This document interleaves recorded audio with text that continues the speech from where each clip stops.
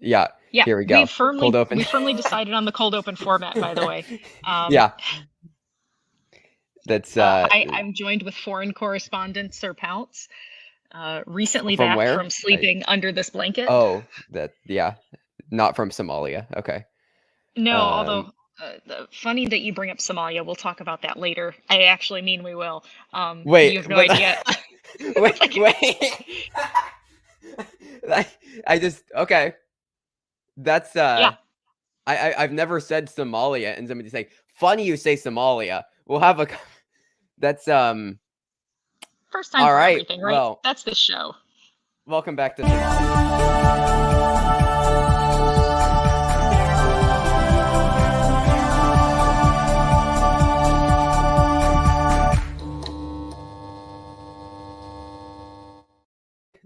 Yes, we do know we're live. It's Yeah, we know.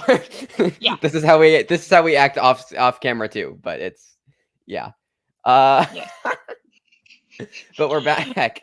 yes. Um, Mara went to Oh Somalia. no, No, no, no. we're done with the. Oh, not for free. Uh, Yeah, Sir Pounce has uh, an OnlyFans. We'll get to that later. yeah.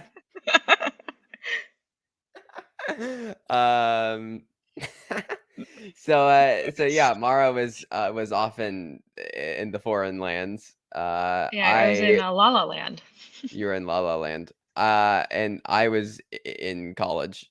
So that's where we've been. But we're back. It's been 2 weeks, and I'm. You can talk.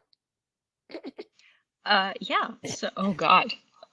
Okay. This is Well, okay. first thing. Um, I read something else and now I can't think. I don't need to know that. So this show is the absolute definition of impromptu stream of consciousness. Very chill. Have a good time. Find a relaxed and casual way to talk about movies and TV. Also, yes, Garth. That's the three-word definition. Uh, Succinct as always. A what, plus. what is that comment from Nick? Oh, muffin. Sorry, she thought she could eat a bird, but instead she just ate a face full I of forgot to glass. turn on my light. There we go. That's okay. I'm Well, downstairs because I've been painting in the kitchen, as you might be able to tell, because some of those cabinets are open because they're drying. Yeah, yes. so this show is weird. That's what it Yeah, is. yeah. It's titled The Basement for a reason. It's like, well, let's not go there. Oh, So, muffin. well, just longingly looking off camera to something we can't see She's makes great trying content. so hard to get at that bird. She really thinks she can. So, Oh dear. I'm gonna stop reading the chat.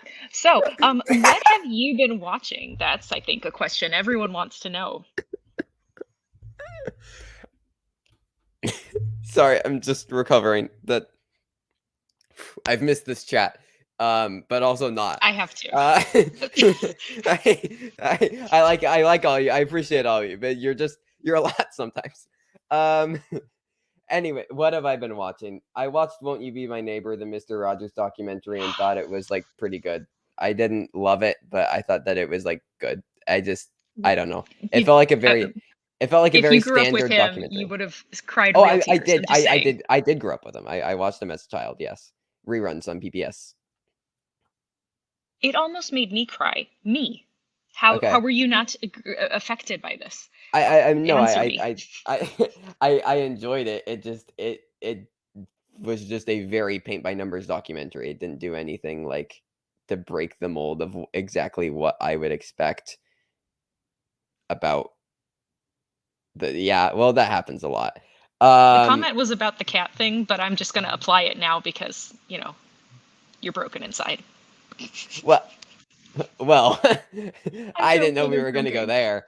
I also love the Joe tapes. Asked that. And then that happened. No response. We may have lost them. Yes, I will get to that. It's pretty great. But we'll get there. So yeah, Won't You Be My Neighbor? It was like it was good. It was good enough. I rewatched Raw by Julia Ducournau, who, as you all know, I would not shut up about Teton last year. Raw is also like very very good. I mean, 2016, what a year for movies. We got Raw, which I love. You got Moonlight, one of my favorites of all time. I also rewatched that just a couple nights ago. Showed it to a friend who loved it. I mean, I adore Moonlight. I've actually thrown that into my top 4 all time on Letterboxd. It's on these rewatches. It's like really good, by the way. Actually, if you haven't, so yeah, So, that briefest best Land, picture Arrival. winner ever, La La Land. Yeah, La La Land, which obviously I love. Also, Arrival, like absolutely adore. So yeah, great year for movies. Another great year for movies, Oh, 1927, because it was the first Oscars.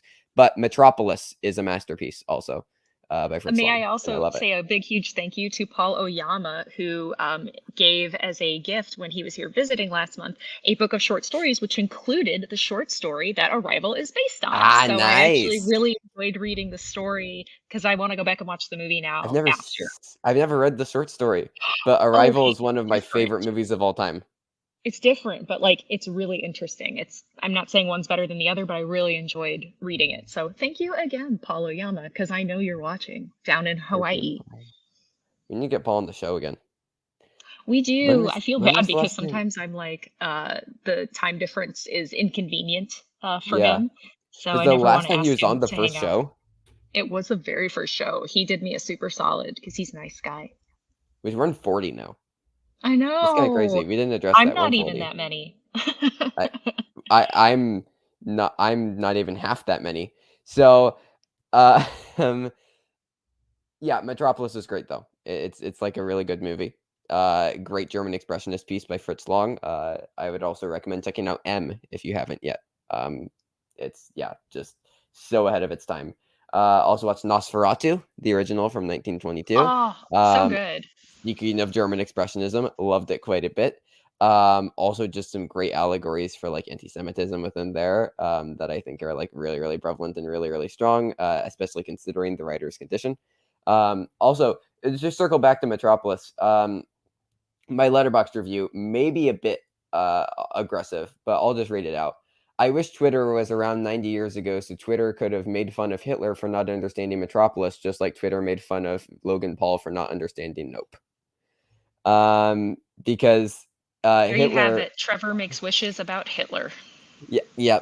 Well, but no, like Hitler said that Metropolis was one of his favorite movies, and he made Fritz Lang an honorary Aryan off of the movie, even though like it's very obviously about the like oppressive fascism and like how we need an uprising of the working class. Uh, and An Hitler just like honorary Aryan, huh? Hitler just Wow. like didn't get it. Well, I mean, Hitler himself is an honorary Aryan, let's be honest. But moving off of that. So, Phew. I also watched the original 1954 Godzilla for the first time, and I loved it. I Yes! Oh my gosh, are we gonna absolutely get you adored into it. kaiju movies now? Like, oh my god, I cannot wait. I wanna get the Godzilla Criterion set. It's Yes! also just, like, such a good allegory for, like, US imperialism and, like, the dangers of, like, like, nuclear aftermath in, like, Japan and, like, post-war trauma. Like, I was not expecting it to be, like, an anti-war, film going into it. Like, I thought that it was going to be, like, because like, I've seen the original King Kong, I thought that I was going to get that, and it was very much not. It is, Mm. like, a very, very well done anti-war film. And I loved it, like, I really, really loved it. Okay, So, we have so much we have to do now.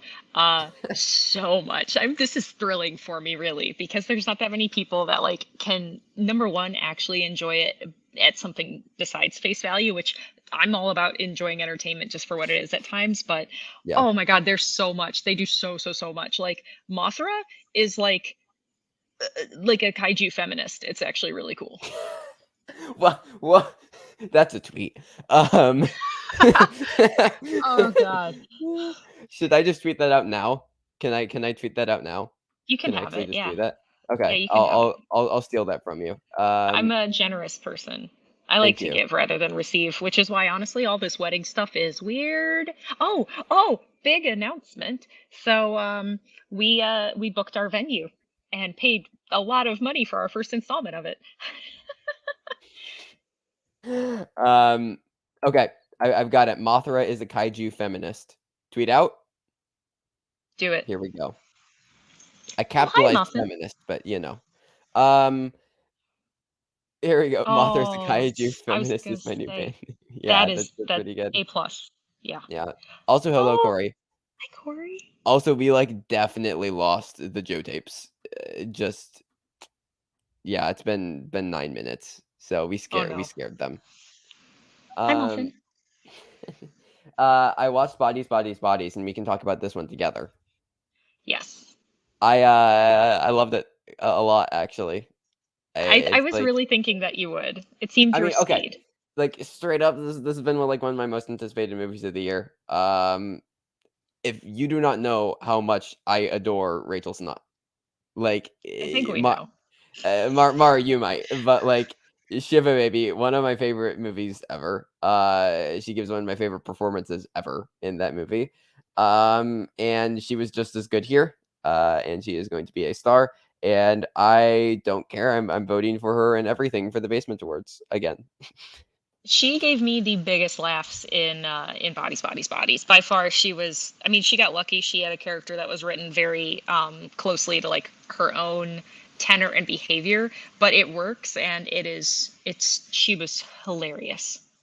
Yeah, I just the entire ensemble cast, like, and just how it plays with the horror and slasher genre, and like, I not to get spoilery, but it kind of like it messes with it, it flips it a bit. Um, it's really fun. It's so fun.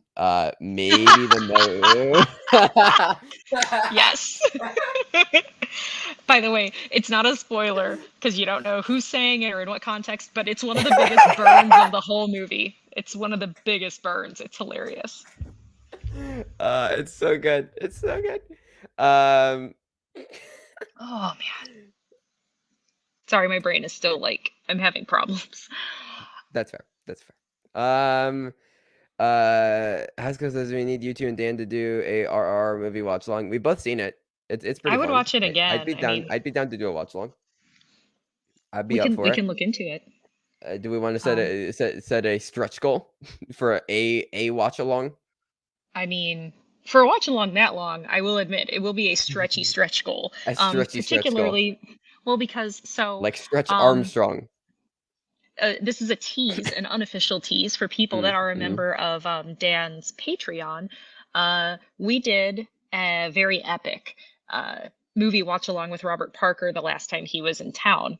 And we're definitely going to be doing another one because he's going to be in town next weekend. So details will be coming out about that from the Patreon, thing where stuff comes from that you see and no one else sees.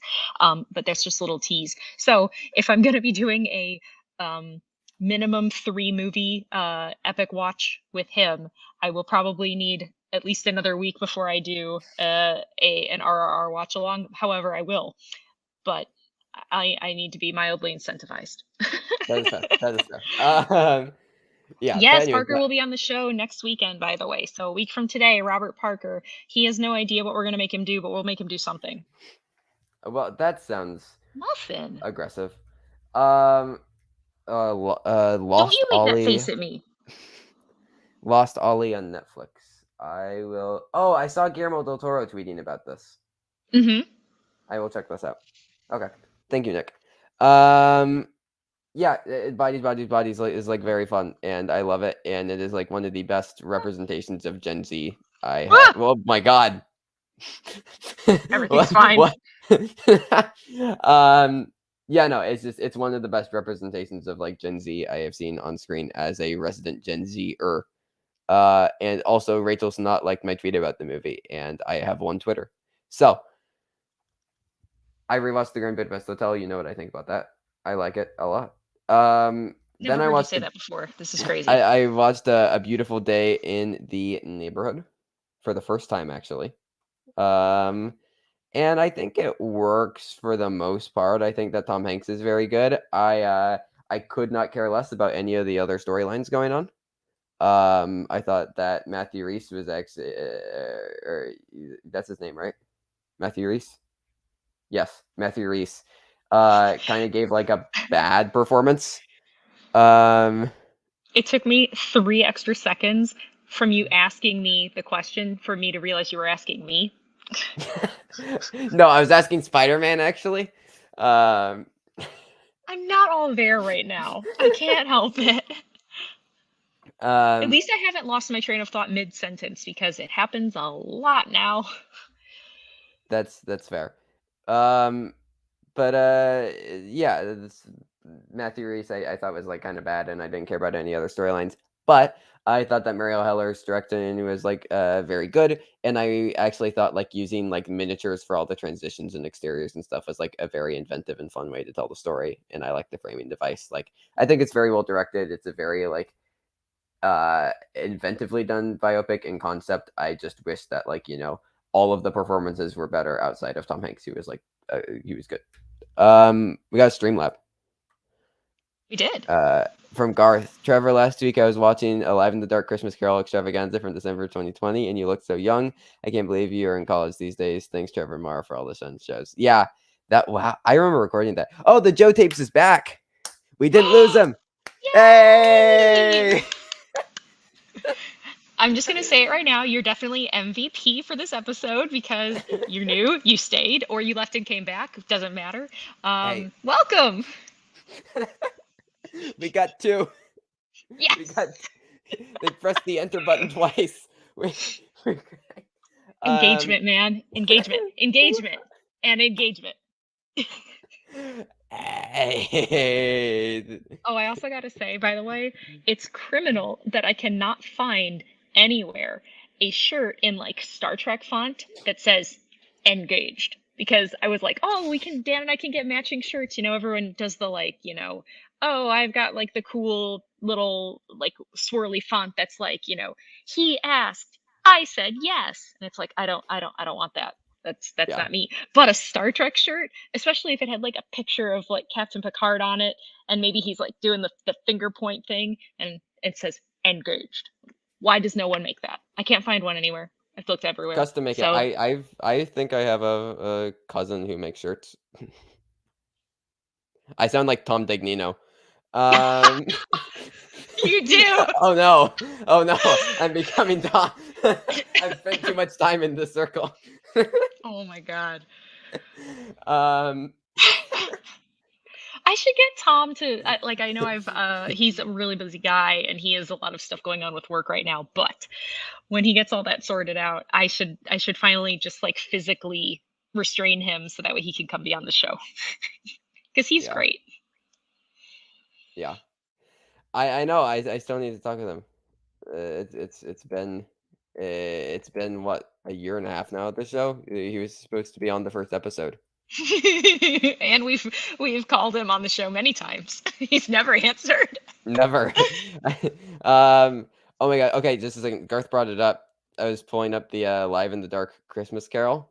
Mm-hmm. Um, Here, I'll share the Yep. screen. There's me with the Oh, terrible webcam camera quality. This you is look me. sickly. I know. I don't know what's going on. I think I just got out of the shower, so my hair is like very flat.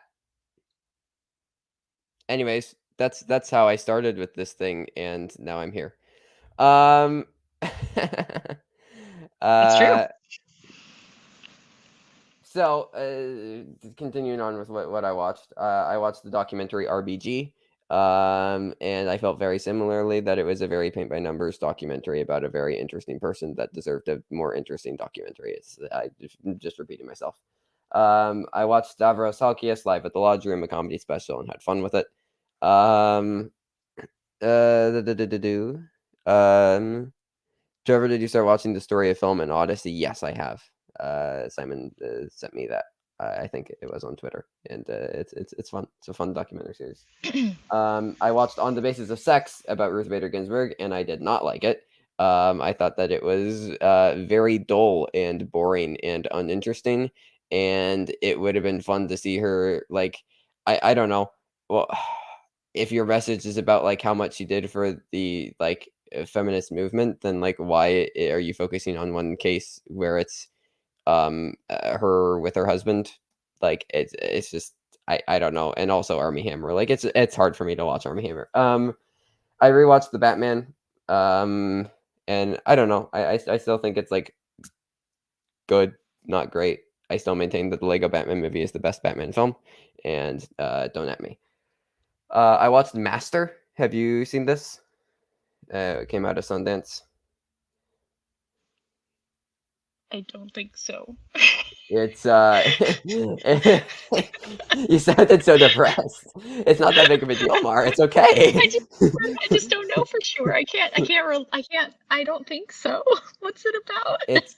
It stars Regina Hall. I'll read out the letterbox synopsis. At an elite New England university built on the site of a Salem-era gallows hill, two black women strive to find their place. Navigating politics and privilege, they encounter increasingly terrifying manifestations of the school's haunted past and present. No, I haven't. Okay.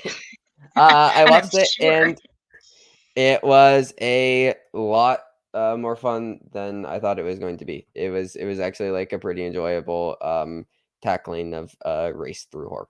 It wasn't anything special, but like it was good enough. Do I mean the 2012 film with Philip Seymour Hoffman, the PTA film The Master, which is a lot better than this? Not to say that this was bad, but like The Master's like great.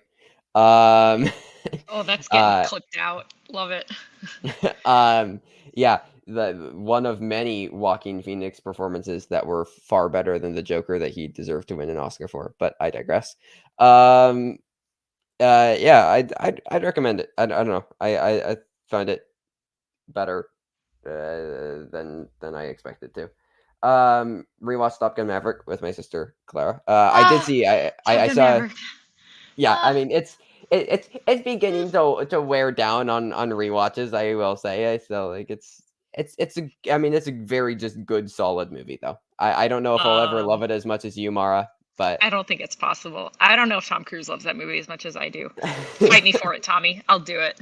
I'll outrun you. Maybe once I get rid of long COVID. Dark humor. Have I watched Emergency? Yes, I saw it at Sundance, and I thought that it was pretty good.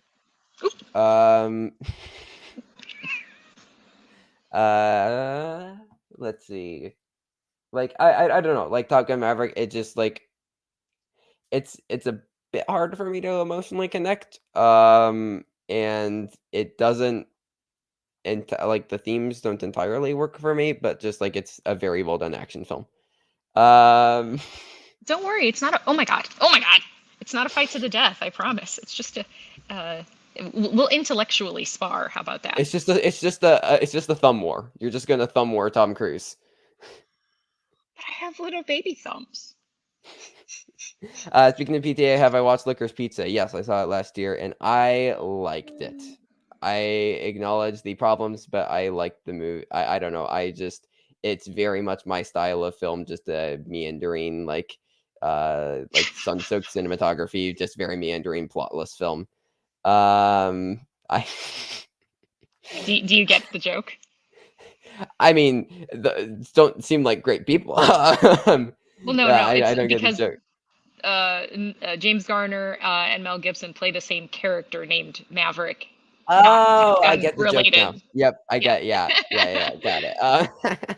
That's the first time I think I've ever had to explain a movie reference to you ever. You're so well versed in movies. I've forgotten about Maverick. Those two things. No, that's okay. This was like a first. I'm proud of me for being able to do it. Because usually you leave me no openings. Yeah, like I'm saying, I think that like Top Gun Maverick just very well crafted. It just I don't know. It doesn't connect with me as well. But yeah. And then yeah, with Licorice Pizza, like I don't know. I can acknowledge like the problems with it and everything. It just the plotless meandering conversation based like storytelling, like it's just that's just always going to work for me. So I know I look at it in the same way that as something like Lost in Translation, where Lost in Translation hasn't aged very well and has a lot of problems, but it's also like the same style, that same kind of style of like romance film that's like just very built for my enjoyment. So let's see. I watched Decision to Leave. You may ask, How did I do so? This is the new film from Park Chan-wook. I used a Oh, VPN. as you should. VPNs are amazing. Yeah. Switched to Korea, and then I rented it. And it is a masterpiece. It is, I mean, Park Chan-wook, the filmmaker behind Old Boy and The Handmaiden, if you have seen them. Yeah, no, it's just stunning, like stunning cinematography, like incredible editing, like great performances. The screenplay is like so well crafted. It's so thematically well done. Do you know what the concept of the film is? It is, Hi June, a seasoned detective, investigates the suspicious death of a man on a mountaintop. Soon he begins to suspect Sue Ray, the deceased wife, while being unsettled by his attraction to her. I'm Um, unsettled by his attraction to her, and I don't even know either of them. um, so yeah, it's like it's incredible. Like this, without getting spoilery at all, it like does some metaphor stuff with like mountains and the ocean, and it like I don't know, it just absolutely blew me away. Um, yeah, it's great. Watch it when it comes out in America on October 7th, or in the UK, I think October 28th, I want to say. All right, and if you live elsewhere, I don't know your date. I watched Delia's Gone. Uh, If you live elsewhere, I don't care. Well, that isn't exactly what I said. I watched Delia's Gone, which, by the way, I'm now in. I got accepted. I'm an Indie Spirits voter, so I get screenings and things Yay. now. And I get to vote on the Indie Spirits Awards, so that's a thing. So I got the screening for Delia's Gone. It is a new like crime film, starring Marissa Tomei and Paul Walter Hauser and Stephen James, and it was not very good. It just like it tries to tackle mental health, and it does so very poorly. Um, I'm so I preparing watched. something I'm going to show everybody. By the way, I'm not just like, oh, I'm going to play on my phone. Just FYI. Continue. Oh, you watched Green Room? Nice, nice, nice. Um, Ooh, that's I on my watched. list coming up soon. I watched The Quiet Girl. No, Mara, this movie. I also watched this Okay. with a VPN. It is streaming in the UK right now. Just everywhere in the UK. It doesn't have an American date yet. It is the directorial debut, I believe, of Colm Baraid. It's an Irish name, and I don't know how to say it. Um, Well, we have Irish people that watch, so. yes. This film is astonishingly good. It was Ireland's official submission for the Oscars this year. It was actually the first movie selected by countries to be submitted for the Oscars so far this season. And it should be nominated and maybe win. It is that good. The screenplay is like heartbreaking. It just like astonishingly rapture is just, I don't know. I'm using synonyms of the same word because it's that good. It features a baby, the best, like it's up there with like Woody Norman, come on, Jacob Tremblay in Room, Catherine Clinch in this film.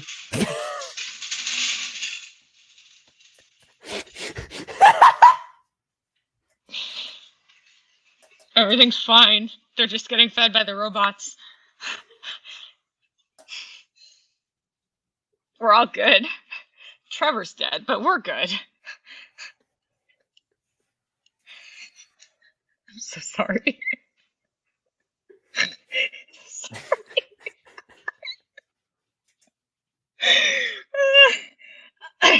You know what? Oh no. I've never seen your cheeks that red. Oh dear.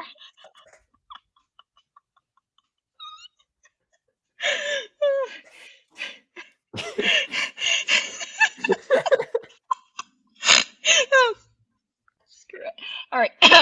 So what happened was, our cats are very smart, And they realized that if they just kept bothering us every morning, we'd wake up earlier and earlier to feed them. So, you know what we did? We were like, you know what? Let's get robot feeders. So we have robot feeders, but they have my voice in them saying the cat's names to get them to go to the feeders.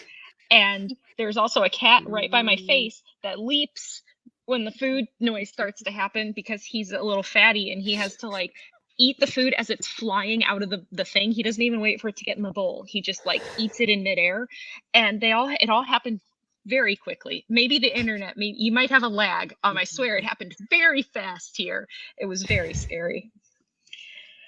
that was more entertaining than the film Cats. Hey, release the I butthole cut. I Oh no, I didn't know that was gonna happen. I was mixed. Okay. Anyways, Anyways, The I'm Quiet sorry. Please Girl. continue. Catherine Clinch gives a great performance. I said Decision to Leave, great cinematography. This has my favorite cinematography of the year so far. It is shot. Well, um. Also, by the way, make sure you check the private chat here after you're finished with this. Okay. Yeah, so like beautiful cinematography is shot in 4:3, just like beautifully blocked, incredible sound design, the use of like Foley sound, and like I don't know, the sound mixing is just great. All the performances, the screenplay, like this is one of my favorite movies of the year. If not my, I don't know. It's like it's like this Decision to Leave, The Quiet, The Quiet Girl, Decision to Leave, Petite Maman, and Everything Ever All at Once. I think are all just like perfect films from this year. Please seek this out. If you're in the UK, rent it. If you're elsewhere, just wait. If you're elsewhere, like just see it as soon as you can. This movie is pretty perfect. All right. Oh, we got things. Garth said, happy that Robert will be back. I still suggest that you bake a playing card into a cake and you have him pick the same card from a deck and give it back. And then you destroy the card, then have Parker cut into the cake and find his card. I'm not joking. I'm gonna figure out. I think I'm gonna have to figure out a way to do it. Like, We just I want to reenact the whole Harrison Ford thing, except I want him to say, "I'm gonna get the blank out of your house." yes, yeah. Oh, Simon brought up, yes, it's an Irish language film. And yes, watch it subbed. Just watch everything subbed. Never watch dubs. I like just if you have the option to watch something subbed, watch it subbed. It's just I don't know. It just is so much better. In my Well, the experience. only reason why I defend the presence of things that are dubbed is only because for people that are vision impaired, they can't read subtitled Okay, that's films. fair. But I'm just saying though, like, If you have the option, yeah, I fully I hear you saying. support subtitled movies as far as like my viewing experience. However, I Yes, recognize that it may not be able to be everybody's viewing experience. it is. Yes, I would agree. I would agree. And yes, Maddie, thank you. Yeah, if you're in the UK, just this movie's absolutely incredible. It's on a 4.2 on Letterboxd, which if you know how the Letterboxd rating system works, that's like insanely high. Hudsonizer said, have you seen Should I See the film 3000 Years of Longing? Finally found a way to watch Serpico through my DirecTV account, so I'll be doing that soon. It's fun. 3000 Years of Longing. We can jump forward and talk about this. Yeah, we can. Yeah, I don't know. It kind of worked. I think that there are elements that worked. It felt kind of like George Miller, just like having a bunch of random ideas and chucking them at the wall. And I feel like a lot of it would have served better as a short film, just because a lot of his ideas are just very overdrawn and feel very unfocused. And I don't know, it didn't all come together for me. And like it takes a weird turn about halfway through the film. I won't say what, but it just goes in a direction that was not set up at all, and just came completely out of the blue and just kind of happened. And the Yeah. tone of the movie just completely shifted, and I don't really know what that was for. but I can't deny that I had a lot of fun watching it, and it's like it's very well done visually.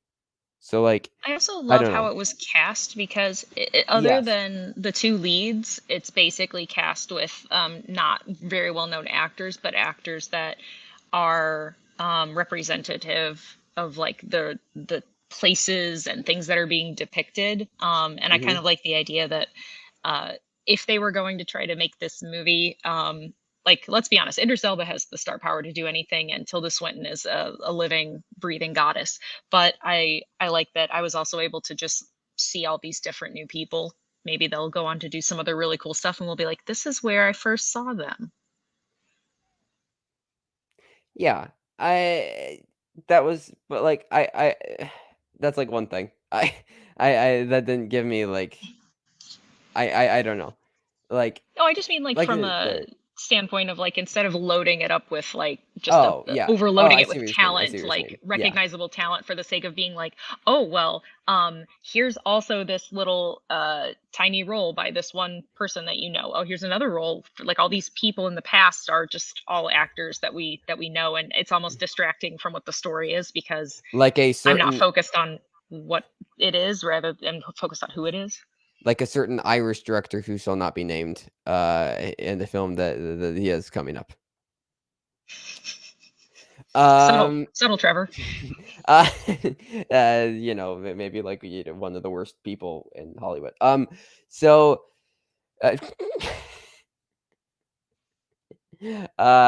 pro Well, the probably funny a thing is, can we teenager in talk Bel about Air. Beast next? Yeah, I didn't see it, and I have no Okay. intentions of watching it, but you can.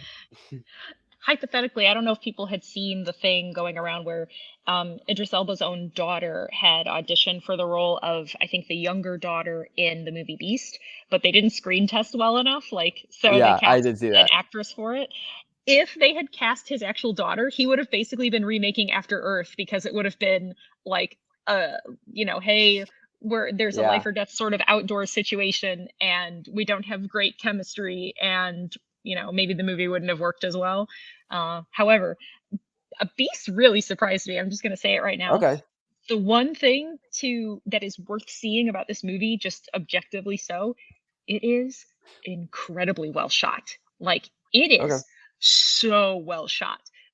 They do these like long unbroken tracking takes like in multiple parts of the movie. They also have really seamless editing for parts that kind of are doing the 1917-esque thing where it's like it feels as if it's totally unbroken, but it's actually just really, really well edited. Um, I enjoyed it. I felt like it had the opportunity to make a lot of the pitfalls of a movie like that really bother me. Like, I'm very sensitive to animals in peril, but it did not distress me while I was watching it. There are instances of like animals being violent towards other animals, which is very natural. It's the animal kingdom, but they don't do it in a way that's like gratuitous or like, oh, I'm going to play with your emotions and make you watch an animal die in close up, like other movies Yeah. have done. Also, I'm just going to say it right now. They made some really awesome, like photorealistic lions. And this is all I'm going to That say sounds about familiar. no, no, no. This is all I'm going to say about Prey. I've never said, "Hey, the bear doesn't look good. Why didn't we use a real bear?" What I said was, "Hey, the bear didn't look that great. Maybe we could have made it look better." And my answer to that is the photorealistic lions that the dumb lion movie that isn't going to make any real money and isn't going to be like cherished by anybody, even though I really, really, really liked it. They made really great looking lions, and they had to do like 12 of them. So all I'm saying is that you can spend your money better. So Yeah. if you want to make a bear, you don't need a real bear. The people that are saying that are stupid, but you can make a good looking fake bear. Yeah. Anyway, I still haven't seen Prey. Uh, I still need to do that. Um, yeah. Do you think I should see Beast? Do you think I would like it? I think you would appreciate it for how it's made. Again, I Okay. actually think the movie works. Like it's not a Okay. masterpiece or anything, but I really, really liked it. It was the best movie I saw that day. It's funny, I did an Idris Elba triple feature. I saw 3000 Years of Longing. Then I saw The Invitation, which Idris Elba's name is dropped in, so that's why I'm connecting those dots. And Okay, then I saw okay. Beast, so I did a triple feature, Idris Elba triple feature. Nice, nice. Have you seen The Invitation yet? No, and I do not plan to. Well, it's fine. Um, Okay. I think the trailer gives away most of the movie, and then I think the promotional materials give away the rest of the movie. And I mean, it's well acted. Like Natalie Emanuel's great. We've seen her be great in other stuff. Um, Mhm. it's fine. Um, Didn't see like something I had to go out and see. Like yeah, it's it's yeah. fine. Um uh, yeah. I okay, I did have an interesting experience seeing 3,000 Years of Longing. Uh okay. I Hi, Bubba. so as we know, it was rated R, right? So I fed into Top Gun Maverick and bought tickets for Top Gun Maverick. Went into 3,000 Years of Longing. However, I was the only person in 3,000 Years of Longing. Nobody else came, so I thought that they were going to shut it off. And because there was not a single person who bought a ticket for the movie in that room. So the door opens and I heard somebody walk in and then they like talked to themselves and then they left. So then and then they left the movie going. So I just watched the 3,000 Years of Longing, and there was not a single paying person in that theater, though I paid for the other thing that was of equal price. Oh, actually, that made me think of something else that I forgot to mention about that movie. Um, I did it did bother me just a little bit in principle that it kind of falls into that thing that Hollywood has done for a really, really long time, which is um, like unequal uses of nudity because it does have a Oh lot yeah. of the Oh, female that did nudity, and bother I'm me a not lot. saying it I shouldn't. agree. And I'm also like very fat positive, so it has nothing to do with shape. But there Yeah, is a man that is amongst all of these very nude women who and it's has his very shorts hidden, on, and and I'm it's cut like, away from, and yeah. well, No, yeah, that and I'm bothered like, me as I well. don't need to see his little man bits, but I'm just saying, like, as a human being. But for equality's sake, if he's Mhm. going to be surrounded by like 16 incredibly nude, like in all the shots, like it lingers, it's not Yeah. subtle at all, then his doodle should be out. I'm just saying. Yeah, that bothered me as well. It does it and it cuts away and yeah, it was very annoying. I would agree. Um, yeah, I agree. Sorry, Uh, didn't mean to get all super serious there, but I was just like, oh, come on. Missed no, opportunity to be I like, do not per only is he being like fat positive and inclusive and about men and women, but he's also not, exploiting the beauty of only one gender's bodies. So, yeah, yep. yeah, Missed 100%. opportunity there, Also, Georgie. Corey brought up Memoria, and I okay, I dare I'm you to not gonna tweet that right now. No context. I dare you to tweet it. me? No, no, Oh, on. oh, I was No, gonna no, say I I don't don't think want you I to do can do. that. No, no, Um, no. No, no. I was gonna say more. But yeah, Corey, you brought up Memoria. I love at Pizza Pong. We're oh, I'm gonna butcher it. We are ethical. We're ethical. Uh, I think that's how you say it. At Pizza Pong, we're ethical. I really like Uncle Bomney.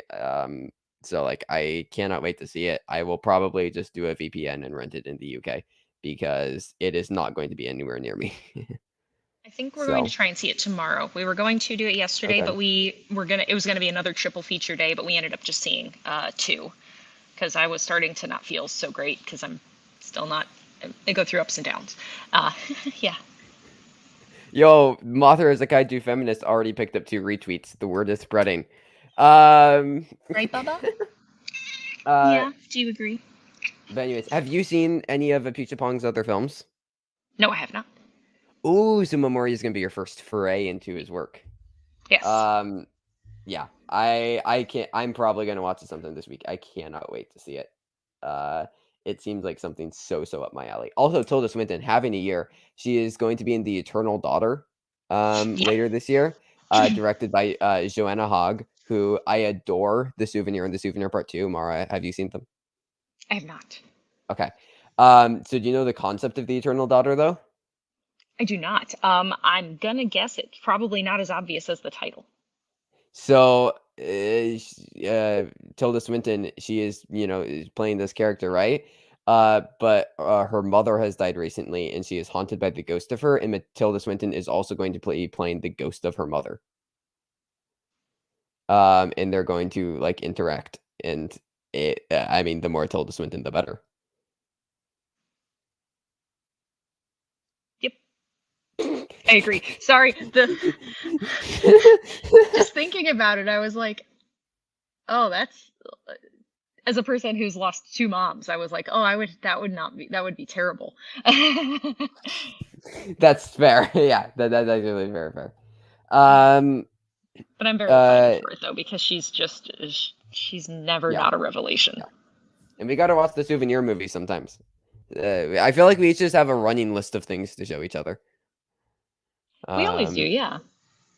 But yeah, Corey, it was your first too. Yeah, it's, I don't know. He just makes like just some incredible like meditative like movies that just like, they aren't like attention grabbing, but they just like lull you into this weird like trance through like the cinematography and sound design. It's just, he makes crazy. I don't know. I love it a lot. So yeah. And it takes place Yesterday. within the ghost world. The yeah, There you it's go. the thing. It's yeah. Uh,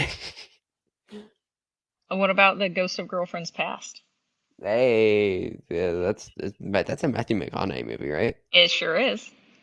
All right. Um, Um. Yesterday I saw Rogue One in IMAX, and Oh, it nice. was just as awesome as it was for me before.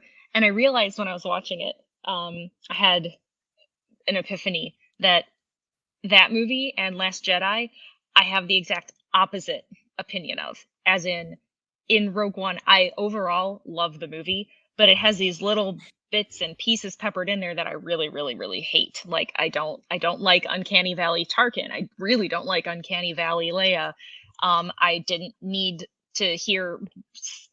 I mean, I'm not saying I'm sad that he's old, but just like a sad sounding Darth Vader, because James Earl Jones was decades older than he was the last time that he played him, so it didn't make any sense in context of the timing of the story.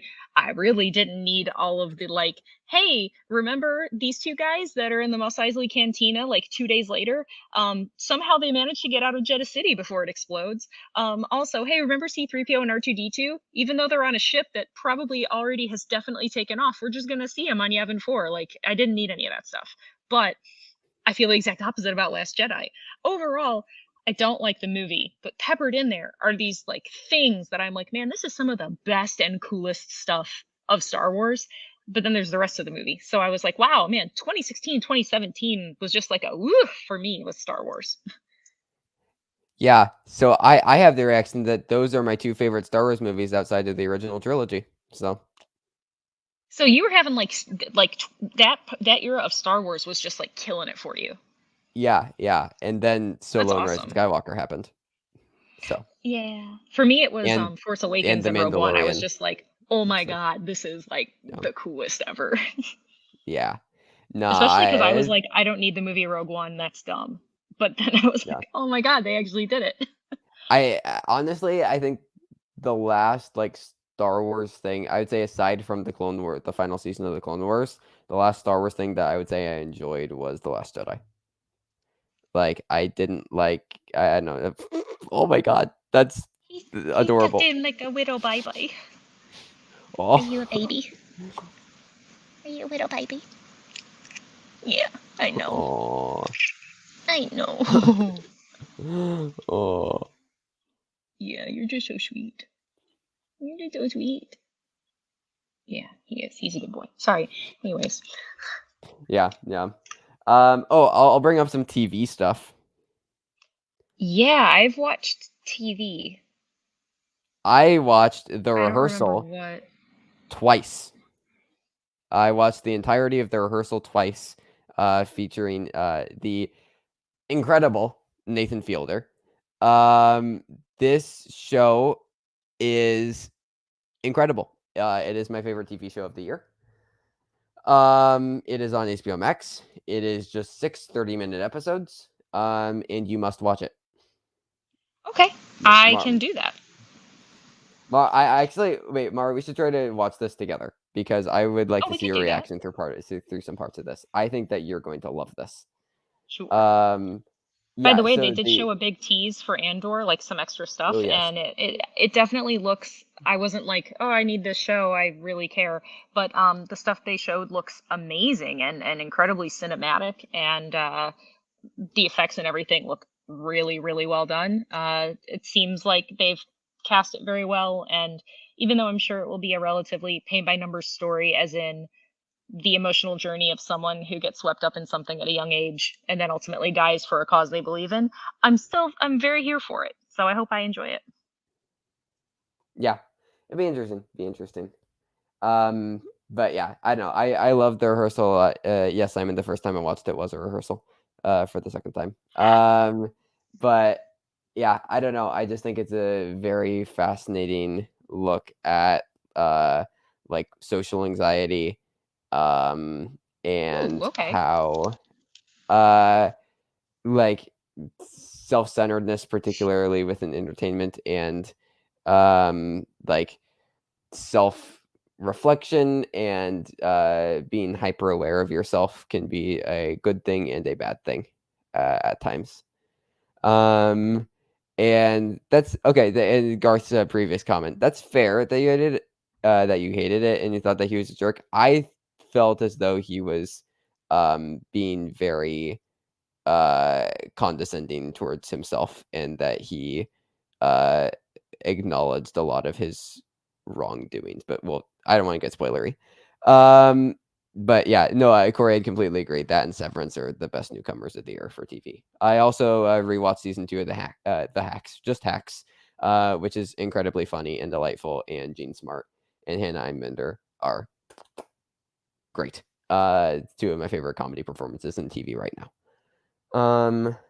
What TV did you watch, Mar? I watched House of the Dragon at the Levines. That would be Sam and Rachel Cushing Levine.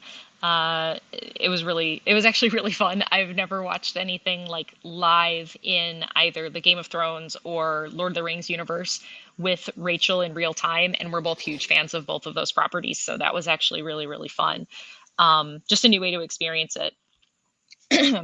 So What do you think? I've heard negative things about it. I have also never seen a frame of Game of Thrones, so well, I mean, I started out with the books, so I think I went into Game of Thrones a little differently than other people did. If you are just going into it, I don't know if it will appeal to you. There's definitely intrigue, but the best machinations happen a couple seasons in. So you've got to kind of get past the initial shock of them being a little more heavy handed with the sexuality rather than as much of the substance. I mean, it is HBO. But I think that House of the Dragon appears to be laying groundwork right now, which every show has to. You have to introduce the characters. You have to, um, especially when they all have blonde hair. You really have to make sure that people that aren't paying like extra close attention or that don't know the lineages, the family trees, and all that, and any inserted characters not previously in the media, um, in the books, that they know who they are. So I mean, it's one episode in. I don't necessarily have a full opinion yet, but I'm interested, especially kind of seeing what period of time they can cover. I'm interested. okay. Yeah. Do you think that I could watch it without seeing any of Game of Thrones? And should I?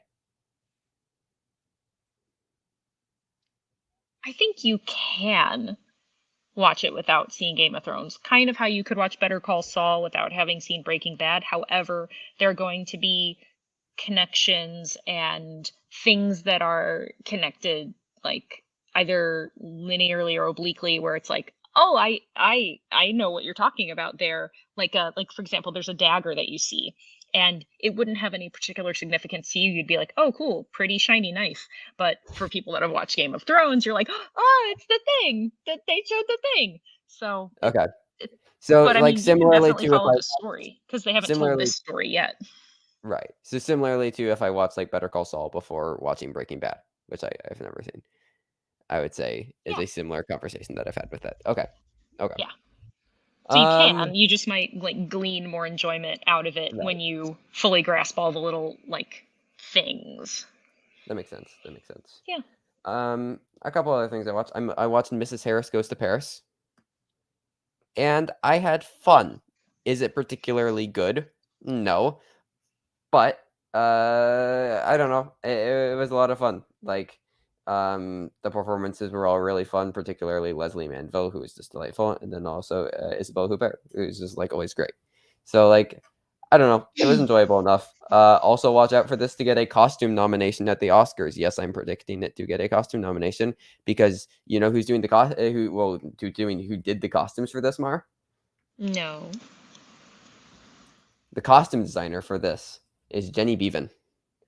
Most notable for Mad Max Fury Road and Cruella. Thank you. 3-time Oscar winner, 11-time nominee. So like this could just randomly get an Oscar nomination. So keep an eye out. I spent way too much time on statistics. I watched In the Bedroom for the first time. Todd. Oh my God, I can't compete with the cat.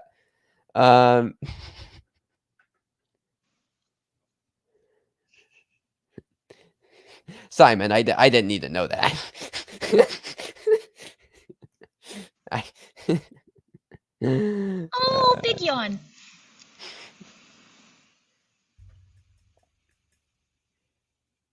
Oh, he's shy. He's had a hard day. He had to watch me painting cabinets in the kitchen, and then he had to get his tail in the paint at one point. Um, yeah, he's had a rough day. That's fair. That's fair. Although he did have a really hard day this week because our solar panels got installed this week, and I mean it's construction on the top of the house. It's gonna feel loud from inside, and so the cats were just like, I have no idea what's happening. Is the sky falling? So they had a hard day because they were here like 8 hours or something. Yeah. Yeah. It's tough life being a cat. Yeah. Also, Mrs. Harris Goes to Paris had a lot of fun themes of like workers' rights, which I was not expecting. So that was fun. I watched In the Bedroom. Mara, are you familiar? It's film from Todd Field, who's doing Tar, starring Kate Blanchett. Oh, okay. It features incredible performances from Marissa Tomei, Tom Wilkinson, and Sissy Spacek, as well as Nick Stahl. It's pronounced Um, Tuam Wilkinson. Yeah. Yeah, it is one of the best, like, just American family dramas I've ever seen. It's just so intricately written. Just absolutely blew me away. Earned the rare 5 out of 5 from me. Um, Ooh. I loved it a lot. It's Marissa Tomei is just like very good at acting. I've realized. Um, yeah, I rewatched La La Land and Moonlight. We all know what I think about this. We'll talk about this one. I rewatched Breaking through an Indie Spirit screener. And I know we talked about this a bit at Sundance, but it's out in theaters now. Mara, why should people go watch Breaking?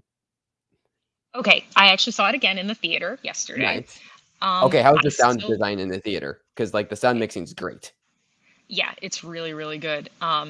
I still say that the original title 892 was better. Yes.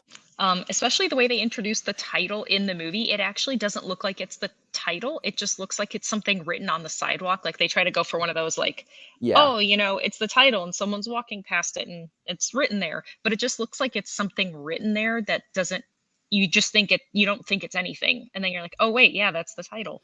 892 would have stood out a lot more and it would have made a lot more sense when you find out what that number is in reference to. Um, Yes. really, really enjoyed watching it again, especially because I have incredibly strong feelings, both based on personal experience and just the fact that I'm a human being that has empathy for veterans that are in more dire straits than I am. But the VA is an absolute garbage pile of an organization, and there are a lot of good people that work inside of that garbage pile. But the organization as a whole is a mess and it needs to be just torn apart and put back together like from the ground up. It'll never happen. I'm not holding my breath. I have no hope for it. Oh no. No. I mean, if we had to have Jon Stewart publicly shaming lawmakers for hanging veterans, first responders and veterans out to dry for the last 20 years, a movie with an incredible performance isn't going to do anything. So, Yeah. but I'm a pessimist, so maybe I'm wrong. I would love to be proven wrong. I would never be more glad to be wrong. So, but yeah. I Anyways, mean, I don't know. I wish that somebody bigger than Bleecker Street picked it up. I know. Well, Like, especially again, I I just don't love like Bleecker how Street, they've. like, just, like, Mass was so good, but, like, just Mm, so mishandled by them. I don't know. I wish, like, somebody, like, I mean, like, Neon or A24 or, like, Focus Features or something like that was able to pick them up. Even, like, IFC would have been better. yeah, So, just unfortunate. And yes, and yeah, Tom Cruise's cousin, I think, not his brother, I think it's his cousin, isn't in the bedroom, and he's great. he's the guy Um, that was in Lost, right? I haven't seen Lost. I don't know. I don't even know what Lost is about. I don't know any of the Well, cast members. spoiler alert, they're lost. Oh wow, that's great. Um, so yeah, but anyways, yeah, Breaking's like very very good. John Boyega is very very strong in it. I didn't particularly love the cinematography, but it's very well edited and the sound design's great. Yeah. I didn't like the very like oversaturated like blue like blockbuster color grading they did with it, but that's really my only major complaint. And interestingly, it's funny you mentioned that. I'm that may not have occurred to me because, Okay. yeah. So Yeah, that's okay. actually, yeah. Oh yeah. Um, all Yes, right. that's his name. I could not remember his name. Yes. Yes. Yeah. What a Um, odd last name. Not to judge, but Mapother. Interesting. I've never seen that one before. Um, all right. I rewatched Inception for my film class, so that was fun. I love that movie so much. We're talking about the different stages of production. So we're talking about Inception, and I'm also probably going to be making a short film, and I'm not going to say anything about it because I don't want to build expectations. But yeah, I'm probably going to be making a short film for the class, and Yay! I don't know if I'm going to release it or not, depending on how happy I am with it. But that's the thing that's probably going to be happening. And Inception is a good movie. I don't have complete and utter adoration for it, but I mean, it's just undeniably a very solid film. So, the last thing I'll bring up that I watched, rewatched The Seventh Seal by Ingmar Bergman. Probably the best film I've ever seen made about religion, Mm.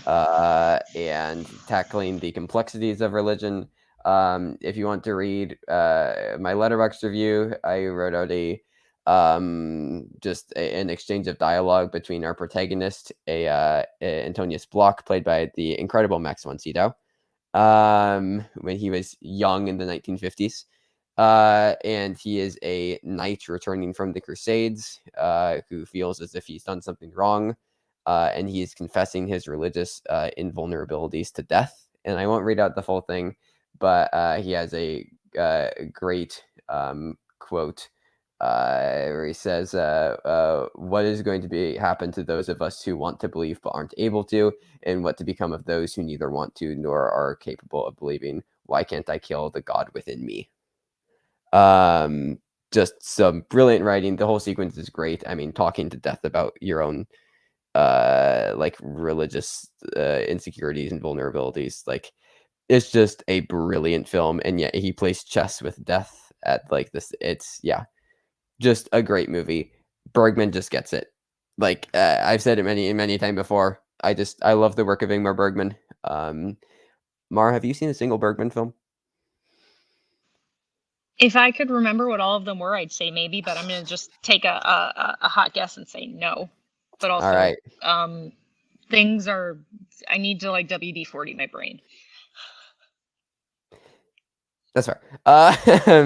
Uh, I don't think that's. I think that's a pretty regular take, Simon. I don't know if anybody would argue Very that. tepid take. um, uh, I showed the Seven Seal to friends who love Bill and Ted's Bogus Journey because the playing with death is right from it. I mean, yeah, no, it's like Bill and Ted's Bogus Journey. The playing games with death is like just a straight up reference to the Seventh Seal.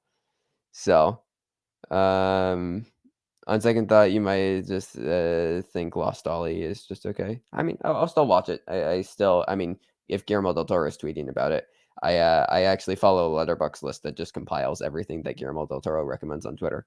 So Oh, that's cool. I didn't know you could do that. yes, Mara, Letterboxd is bountiful in what it supplies. That's a tweet.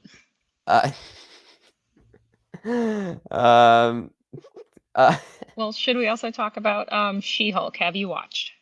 No, I have not. Should I? I Okay. feel like we're just doing the Obi-Wan thing. Where I didn't watch. Oh, I at least watched an episode of Obi-Wan. Oh, you should watch Kevin Smetz's cut of Obi-Wan. It's amazing. It's amazing. Okay. That's all you need to see. I'm sure he won't mind. I will share the Dropbox link with you. All right. Sounds good. All right. So I'm going to give you 3 options. And I'd also love the chat to chime in. So what did I think of She-Hulk? Did I A, love it, B, love it, or C, other? This is not a trick question. You A love it, B love it, or C other? Yes. You can insert what you think the other is. If the other is no. like it's flawless, or like, oh, you don't like it, but or I'm gonna overthink this one. You actually haven't watched it, and this is all a con. Are there multiple correct answers here? Well, if I said that, I'm literally giving you the answer. Well, that isn't exactly correct, because A and B, A or B could still be correct, even if they're all right. How about this? A is love it, all caps. Okay. B is love it with upper and lowercase, just like a sentence. Got it. Okay. L. I made this way too complicated. I'm gonna go with A.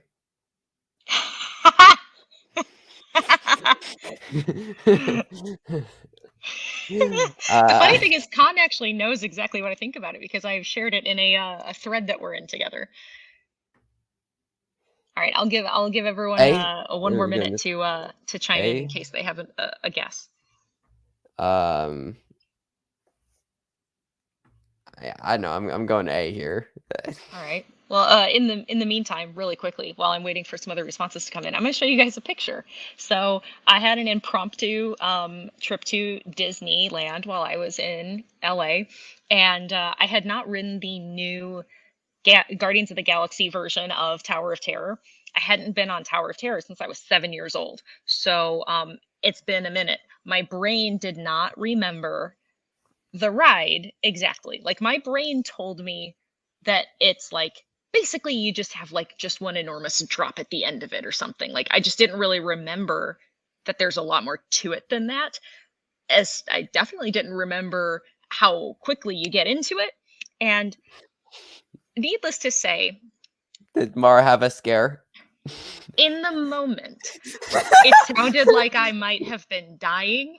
And the person I was with, I put a smiley face over their face because she doesn't, I didn't ask her if I could like show this picture or anything. So I put a little smiley face over her face, but she is almost crying, laughing at me freak out. But the second it's over, I'm like, oh my God, I want to do it again. I want to do it again. Like, I had a great time just in that moment while I was like getting reacquainted with the ride. Going to break me? It might. I'd also like to point out that there's a point at like the end of the ride, right before they really mess with you a little. It's like the Guardians, and they're like, "Thanks for breaking us out of jail." And I couldn't help it. I wasn't like thinking. I just look up at them and I'm like, "Yeah, you're welcome." And the entire car laughed. So at least I was able to entertain the masses. So let's share. Is it going to show it? Let's see. I'll let you find me. Well, why won't it? Why isn't it showing it to me? Okay, hold on. This is weird. StreamYard is refusing. Answers in the chat. We got 2 A's and a B. Okay. On the answer on the survey, the quorum. Oh, you know what? Response. Let me upload it as an image. Actually, let me do it that way instead of trying to share the preview tab, because that does not seem to want to work. Okay, here we go. Desktop. Scrolling. Here we go. All right, it's uploading. I All love the right, all fact that, by right. the way, StreamYard lets you upload more than one thing at once now if you want to. Okay, ready? Nice. Yep.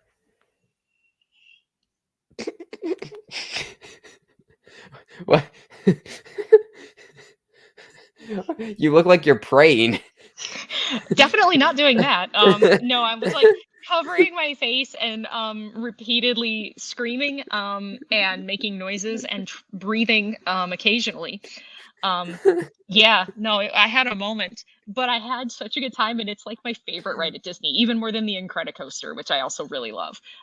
Favorite ride at Disneyland, including like Disney and California Adventure. So yeah, that was just wanted to show that to everybody. Okay. Nice. Let's see. All right. Anyways, no, the answer is C. I don't like it. It is not for me. I don't Oh, like She-Hulk at all. cool. Not for me. And Okay, I also like, didn't think that it would be based off of what I know about it. I thought that it would be something that you hated, and then you threw out the yeah. Like I know you hate women, so no, no, um, no. Okay, so like truly though, here's the thing. I Number what are your one, least I just want to what are your 3 least favorite Marvel movies, Mara? um Would may it be Captain Captain Marvel? Marvel, let's see, Black Widow, Ant-Man and the Wasp. Yeah, so the 3 with women in the title. Okay, I see. That's true. But I will say this though. So Birds of Prey had a trailer that I watched it and I was like, I'm not gonna like this movie. This is not gonna be for me. You know what? I love that movie. It is a joy. I love rewatching it. Really, really, really love it. So I will say this: it's not just because I don't have a lot of common experience or common ground with women doesn't mean that I go in like just ready to rail against like a movie either like driven by women creators or people on screen, female characters. Like that's not it. It's also important to note though, women can be misogynists. Just making sure everyone knows that. You don't have to be male to be a misogynist. But Intersectionality exists. Not exactly. everything is a binary. Exactly. But I will say the reasons why this show is not for me and why it rubs me the wrong way is thus far, um, every male character is painted with a very unflattering brush in a way that specifically is like all men are terrible. Like they're either bumbling idiots, they're villains, or they're a blood relative and they're, you're supposed to look at them favorably because they're a blood relative of yours. Like anyone she interacts with in a professional way or like getting catcalled on the street and this and that. I'm like, oh cool. So you're not having a single decent male character that's not someone that we already know and who's an Avenger. I don't like that because I don't think that is every person's experience, and if it is, I'm super super sorry. Like I know a lot of people are connecting with it and I'm glad. I'm not taking away their joy. I'm not a joy thief. um oh, Corey, I'm doing that later, so funny that Hey, you mentioned nice. that. um Also, I just want to shout out briefly in chat. Oscar Film Forecast dropping in to say Ant-Man and the Wasp is the worst MCU movie. Fair enough. Tell him sorry. And yes, also, I very. just Thomas and I on my other channel that I do, Oscar Buzz. We just had Oscar Film Forecast on to talk about Venice Film Festival and Toronto International Film Festival. So you can check that out if you would like, and you can also do the subscribing thing there for both of our channels if you so choose. Back to you, Mara, at desk Thank you. number 4. um Also, I took a lot of umbrage personally with the idea that they also Dolores, seem to be sorry. painting they also seem to be painting women with a very broad brush as well, because her like trailer sentence, so to speak, of like, oh, fear and anger, those are the base emotions of every woman. It's like, oh, okay, that sounds like a really anti-feminist message. Like, okay, so women have two base emotions and they're effectively about insecurity and anger at the world. They can't be optimistic, confident, capable, happy, or even just like a baseline okay. They can't be curious. They can't be, they can't be feeling anything other than fear and anger. Those are our base emotions as people that are female. Like, I just feel like that's kind of um inadvertently contrary to the message. It's supposed to sound like all like, ooh, man, men treat women like terribly, so we're always scared and angry at the world. It's like, no, that's not every woman's experience. And I didn't like that. I felt very like dismissive of other people's experiences that are not like just that every man around them is a piece of garbage. Um, the humor also just is not quite my speed. I do like that they're trying to do something different. It's just not a different that I'm on the same frequency as. So I definitely give them a lot of credit for trying to be its own thing, because I do think that you should let creators be who they are through a Marvel property. Like, I know I didn't love Thor: Love and Thunder, but I really enjoy Thor: Ragnarok because I felt like, Taika Waititi was kind of allowed to be himself. I feel like if Raimi had been allowed to be as much of himself as he could, then I would have really enjoyed Doctor Strange in the Multiverse of Madness more.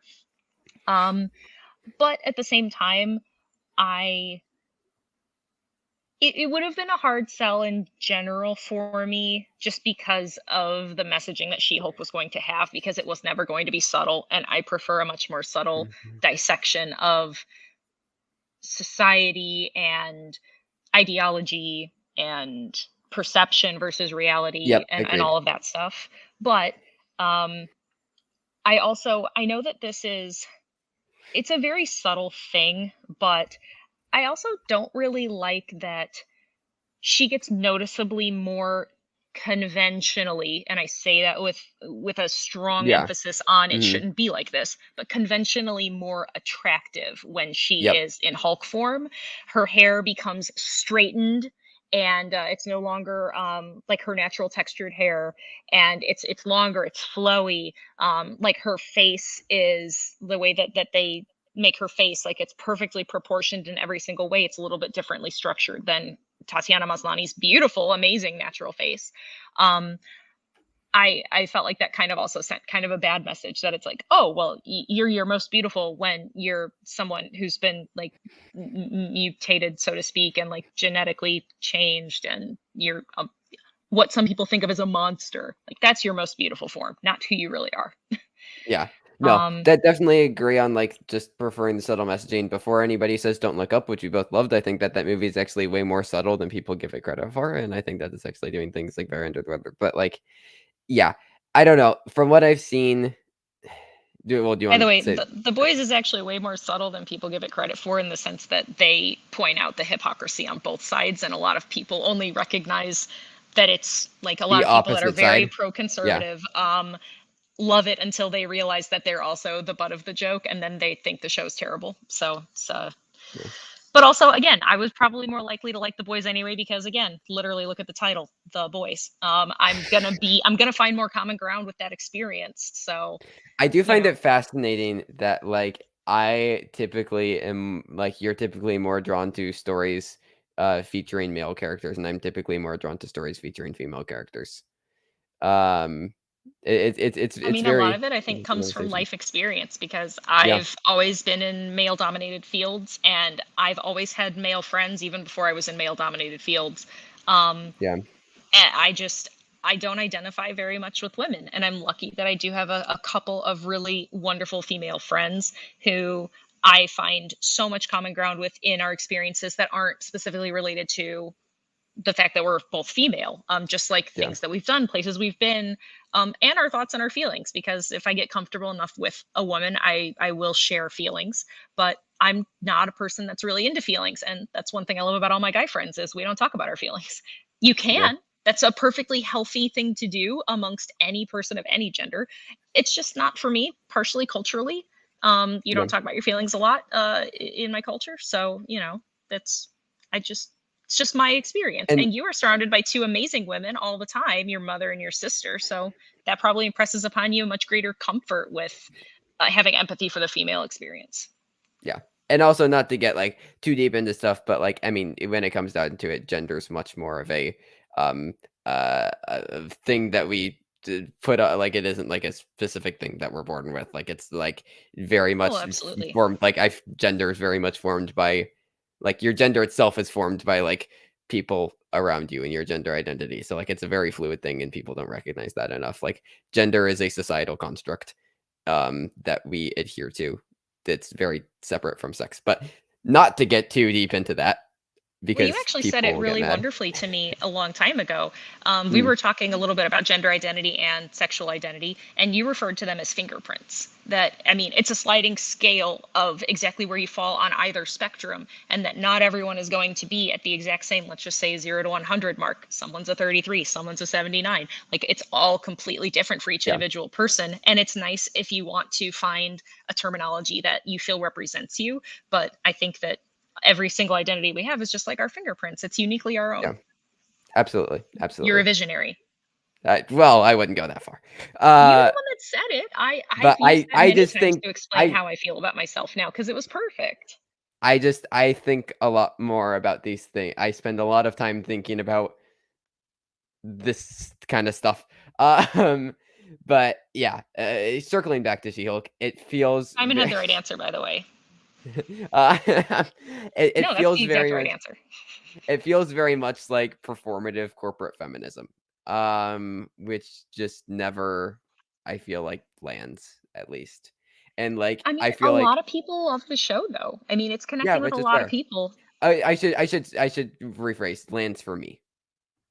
Yes, I agree. I much prefer, my Lady Bird or Portrait of a Lady on Fire, type of, female-led films. So, like, yeah, I mean, also looking at, again, I haven't seen She-Hulk, but, a film that, like, for is, like, very, like, men are bad, in a very fun and entertaining and enjoyable way that doesn't feel, like, aggressive and just feels very, like, goofy and fun, is Jennifer's Body, which I maintain is a perfect film. And I think that just from what you said about She-Hulk and what it's trying to portray, it feels like Jennifer's Body does exactly that in much better ways. Well, and I'll say this too. The first two episodes of WandaVision, though I enjoyed at face value, I didn't find anything like substantive for me to latch onto to be like, oh my God, this is my show. However, by the end of it, it was an incredibly amazing show. It found itself. It really, had a lot of positive things to say that reached a lot of people, myself included. So Mhm. I could completely turn around on this and just say like it got a rocky start for me, but so I Yeah, mean, I'm not saying that it's because yeah, she was an awesome character. I love the character. So yeah, um yeah. I'll also say anywho, Promising Young Woman is another film that details that kind mm, of messaging, through intersectionality and, represents people as real people, regardless of gender identity and not as exactly. caricatures of the stereotypes of that gender identity. Well, I mean, and they also point out that again, anybody can be part of the problem. There's a female character Yep. that was part of the problem that gets taught a lesson Yeah. in that movie. It wasn't all bad men. It was bad people. Because Yep. honestly, like I identify as a person first and whatever my gender is second. Yep. Like the gender social construct, it wasn't a thing thousands of years ago because it didn't have to be, and it evolves over time. Why do you think Frenchmen wore makeup? Because gender evolves over time and is a constantly changing thing. Anyways, should we talk more about the movies? Or is that just the show? Do we have anything more to say? Well, I'm trying to think of if I Do oh well, I watched did I had I already watched Locke by the time we had what about our last episode? Rock? Locke, I the Tom Hardy movie. I don't. Oh, like it. Oh, this is a previously released thing. This is the thing that takes place. This is like a one character film, right? Yeah, one scene character, yeah. Like One scene. he Yeah. talks to people on Yes. the phone, but yeah, I had not seen it before, and I watched it, and I really really enjoyed it. It's Um, on my watch list. I think I'd like it a lot. um, I watched. Oh my God, my brain just doesn't work, man. I'm telling you. I can like think of what I want to say, but I can't find the words to say it. I watched some other really good A24 movies, is what I'm saying. What they are, I don't remember right now, but I remember watching them and liking them. Hey, Mara, you know what would help with that? Letterboxd. If you I put it in your know. diary. Believe it or not, honestly, I know it sounds kind of dumb. When I was super, super, super, super sick, um, I did not touch my phone. I did not answer a single text, a single phone call. I looked at no notifications whatsoever. My phone was just like full of red bubbles when I finally looked at it. I didn't look at it for almost 8 days or something. There were 1 or 2 people that, like, our family that I was like, "Yes, I'm not dead." But I've actually really it's almost been harder for me to reconnect with my phone and, like, plugging into Yeah, things that have social engagement, and I don't mean that in, like, a negative way. I'm just still trying to, like, find my way back to being excited about doing it instead of just doing it yeah, because it feels obligatory. So I that's do fair. need to re-update my letterbox because I do want to keep sharing what I'm watching, see what else everyone else is watching, get recommendations, um, I do etc. I do know the movies that you watched because I pulled up Dan's letterbox. So you watched Ex Machina, Oh yeah, yeah. Well, I've seen that one just as yeah. good as I remembered. Swiss Army Man you watched, Yes, which is also also just as great. good as I remembered. You watched Ginger and Rosa, which I haven't seen. Yeah, I hadn't seen it before. It's one I of the really early enjoyed it. ones. Yeah. Hmm. You watched The Spectacular Now? Oh, oh my God! Like it's weird that it took me all in a row seeing Whiplash, then Top Gun Maverick, and The Spectacular Now to be like, oh my God, Miles Teller knows how to not play a douchebag. Like Yeah, I love these characters. These are great. Like it yeah, just kind of shows that he's actually a good actor. He's not just a yeah. guy that's good at being a jerk. Um, Without those movies, he would have been another Ty Sheridan, let's all be honest. Um, No, Ty Sheridan is like, and I don't mean this personally. I mean the characters that he's played and how the choices that have been made both by him and the director to play them. He's like unflavored soup. And I do think that Miles Teller is a soup you either really like or really don't like. It has a taste to it. Mark, can I tweet that out again? Ty I'm gonna steal just things that you say, if that's fine, and tweet them. Sure. Go Ty ahead. Sheridan is an unflavored soup because that perfectly, yeah, I don't know. I do mean this personally. I think that Ty Sheridan is a bad actor, and I've said this before. Um, anyways, yeah, it's Miles Teller's like actually a good actor though. You watched Enemy, the Villeneuve film, or did you not? Yeah, I did. I Okay, did. okay, I I'm sorry. did. I just I'm not joking. I know it seems like it's a put on. I have to like really concentrate. I was like, I did see that movie and I remember it. Yes. Um Interesting. It was interesting. Okay, okay. I definitely prefer Prisoners from that year if we're taking our Villeneuve picks. Oh my God, yeah.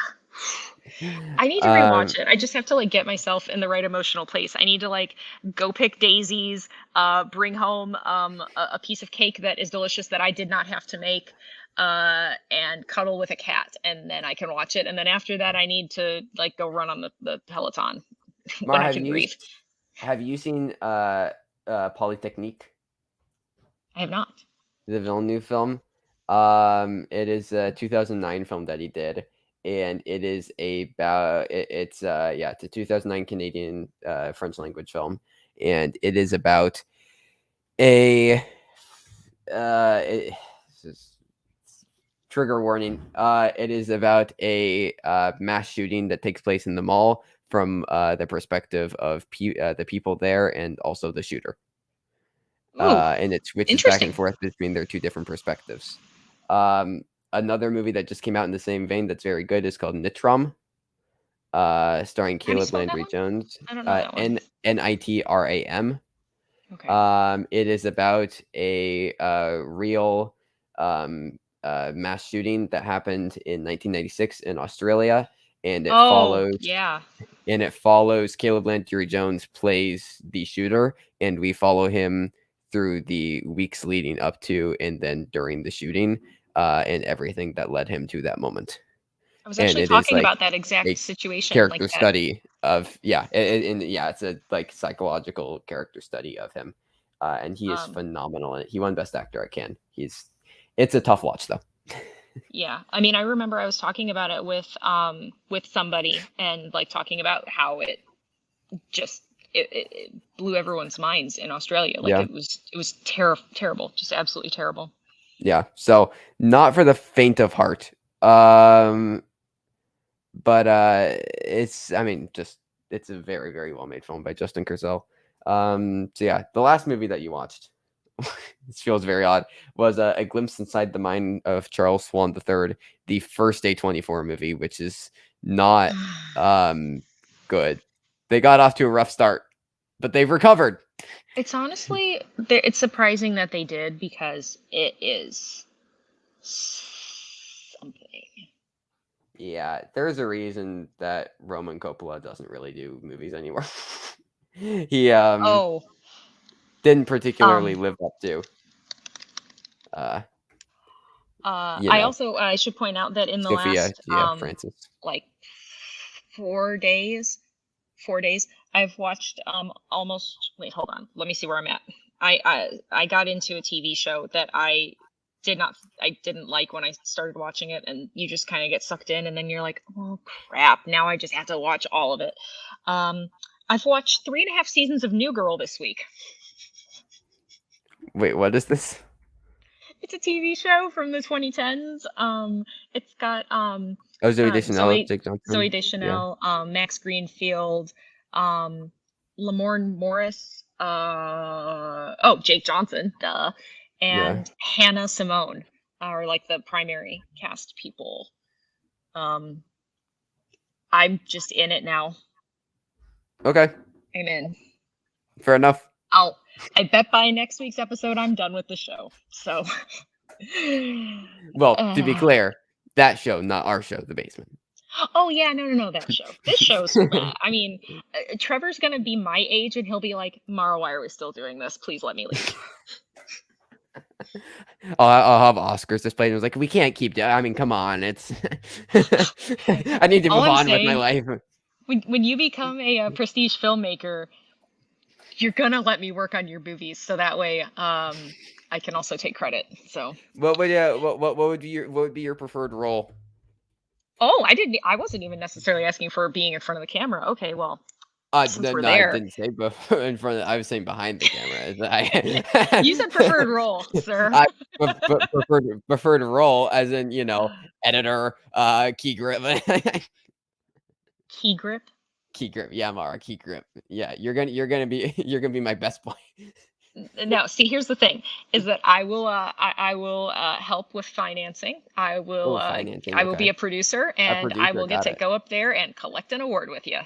All right, so you're gonna be my Brad Pitt, except you're not going to ignore allegations. I'm also going to let's jump forward in time. I'm also going to be your Brad Pitt, and eventually I'm gonna get my Oscar for acting too. Got it. Oh, Garth. Honestly, there needs to be an Oscars category for best catering, and it's just voted on by the actors. Yeah. Actually, that'd be really fun. I had a lot of people actually ask me. They were like, "Are you gonna make your own wedding cake?" And I was like, number one, I'm like, okay, so yeah, I appreciate that someone thinks I could, like, truly I do. But no, I'm going to pay someone a lot of money so I don't have to do it. They're going to make something delicious and I'm going to sit there and I'm going to eat it. And I am not going to have to think about, oh my God, is the frosting perfect? Oh my God.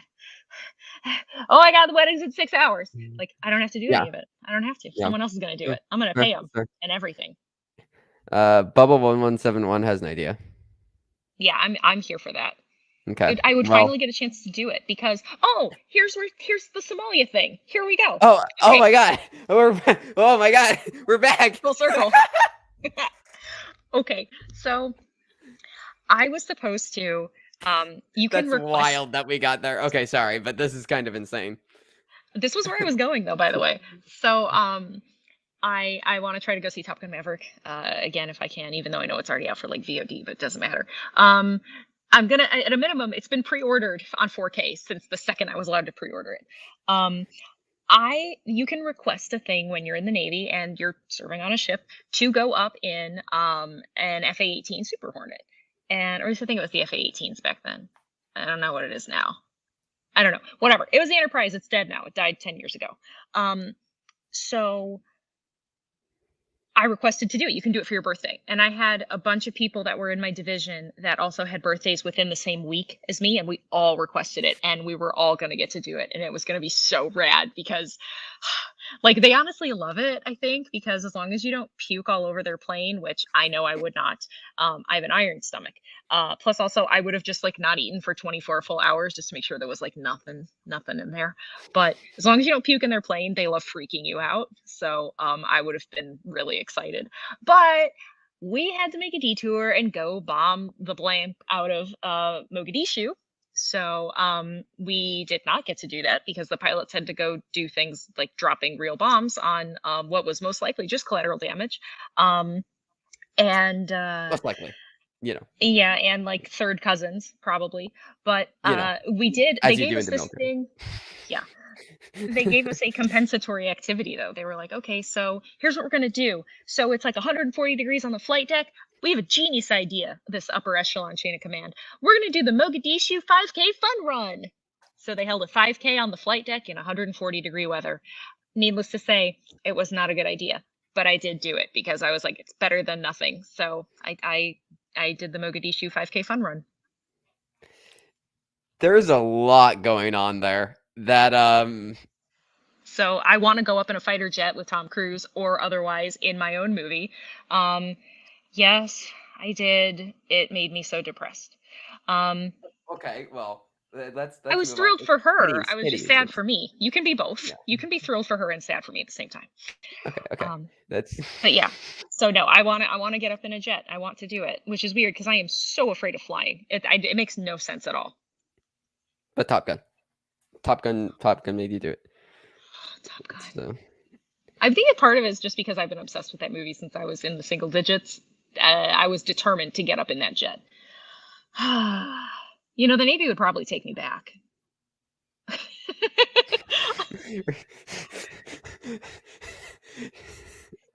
your sole motivation. Just to get in the jet. Plus, now I He's have gonna laser eye steal one. surgery. If I weren't super old now, I could actually go be a pilot now because I've had laser eye surgery. And I got PRK, not LASIK, which means that you can actually be a fighter pilot. Nice. Well, How about that, on that everybody? note, we came You we didn't. came full You circle. really thought I was joking with the Somalia thing, didn't you? Oh yeah, 100%. I thought that's wild that I just brought up Somalia and That's what I that's mean. Go back fascinating. and watch the beginning of the episode. My surprise was genuine. It's very fascinating. That's very fascinating. Um Well, I all mean, right. I feel like we I did a thing. I do. I've over the course of the past 2 hours, I've tweeted out Mothra is a kaiju feminist and Ty Sheridan is like an unflavored soup. So I think I've done well.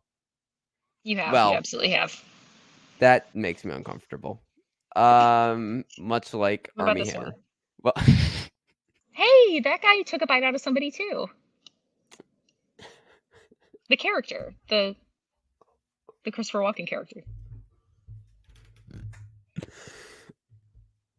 And no, sadly, Nick, I mean, I can see the ones I could see before, but no, it corrected my astigmatism and also my blindness.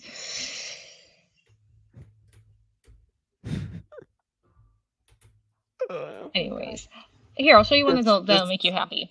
hey, that makes me depressed for Brandon Routh's career. Hey, you know what? Don't knock it. I mean, Lacey Chabert has become like the queen of the Hallmark movie and stuff. Like the I just want to feel good movies. It's good money if you can get in. So well, I guess. This has sure been an episode. I think it was a good episode. We had fun. I broke a couple times, and I think that's always a win. agreed. Next week, I don't know exactly what we'll be doing, but we'll be joined by Robert Parker when we are doing it, and come up with ideas for things we can do besides trying to cook a card into a cake and do a thing. I'm gonna figure it out. I'm gonna do something Tweet like them that. at us. Do Yes. the tweeting. Hi, Baba. It'll be fun. We're on Twitter. Are you a good boy? He's like, why'd you wake me up, Mom? Were there any Dasher sightings, by the way? Any Dasher sightings? No, I think he's sleeping on my parents' bed. So, as you do. Well, in that case, I suppose that we'll run along. I'm gonna continue painting. Oh yeah, so hold on. I've painted part of the kitchen, but I gotta paint all that later. So, yep.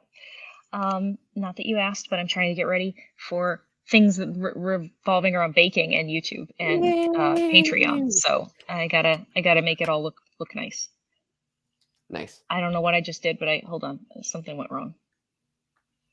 Okay. Anyways, yeah. So check out Trevor's other videos, especially Yes. featuring the Oscar film. What was? I'm sorry. I'm not bad. Forecast. I'm bad. Oscar film forecast. Thank Yes. you. Oh my God, you're just so pathetic right now. I will be around. We're also Simon is taking a lead on working on a Discord for the basement because brilliant idea as always. So please stay posted on that. I'm sure we'll have something to say about it next week.